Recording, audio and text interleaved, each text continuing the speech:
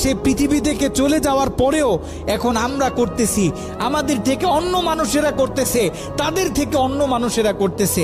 আমাদের বন্ধু adult video দেখতো ছিলেন, সেখানে দ্বিতীয় দিন 30 থেকে 40 জন জাহান্নামী ফেরেশতারা তার ছেলের উপর আযাব দিতেছিল। তার মা আরো ভয় পেয়ে গেল। তৃতীয় দিন গভীর রাতে ওই ছেলের মা যখন আবার ঘুমিয়ে পড়লো, তৃতীয় দিন তিনি খেয়াল করলেন 50 থেকে 60 জন জাহান্নামী ফেরেশতারা তার ছেলের উপর আযাব দিতেছে, তার ছেলের উপর আক্রমণ করতেছে, তার ছেলে ভয়ঙ্কর ভাবে চিৎকার দিতেছে।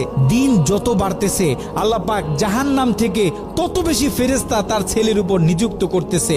মা ভয় পেয়ে গেলেন, মা ভেঙে পড়লেন। ওই ছেলের মা ছেলের বন্ধুদেরকে একদিন ডাক দিলেন, ডাক দিয়ে বলতেছে, দেখো আমি আমার ছেলের উপর দিয়ে এই ভয়ঙ্কর স্বপ্ন দেখতেছি, তোমরা যাও কোনো আলেমের কাছে জিজ্ঞাসা করো যে কেন আমার ছেলের সাথে এমন হচ্ছে। ওই ছেলের বন্ধুরা মিলে পাশের বড় একটা মাদ্রাসায় চলে গেল। ওই মাদ্রাসায় ছিল একজন শাইখুল হাদিস।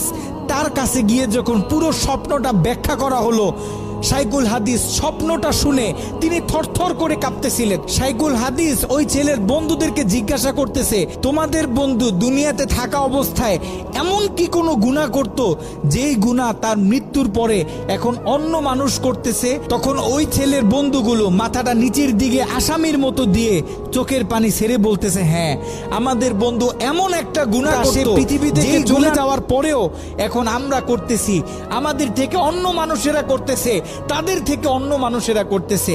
আমাদের বন্ধু অ্যাডাল্ট ভিডিও দেখতো, সে একটা সাইট থেকে সাবস্ক্রিপশন কিনেছিল, সেই মেইল পাসওয়ার্ড আমাদেরকে দিয়েছিল, আমরা আমাদের বন্ধুদেরকে দিয়েছি, তারা তাদের বন্ধুদেরকে দিয়েছে। এরকম করে এটা আস্তে আস্তে ছড়িয়ে পড়তেছে। ওই আলেম বলতেছে, শোনো, তার এই গুনাহ পৃথিবীতে যত মানুষ করবে, দৈনিক যত মানুষ এই গুনাহের সাথে লিপ্ত হবে, আল্লাহ পাক জাহান্নামের তত বেশি ফেরেশতা তোমাদের বন্ধুর উপর আযাব দেওয়ার জন্য নিযুক্ত করে দিবেন। নাউজুবিল্লাহ।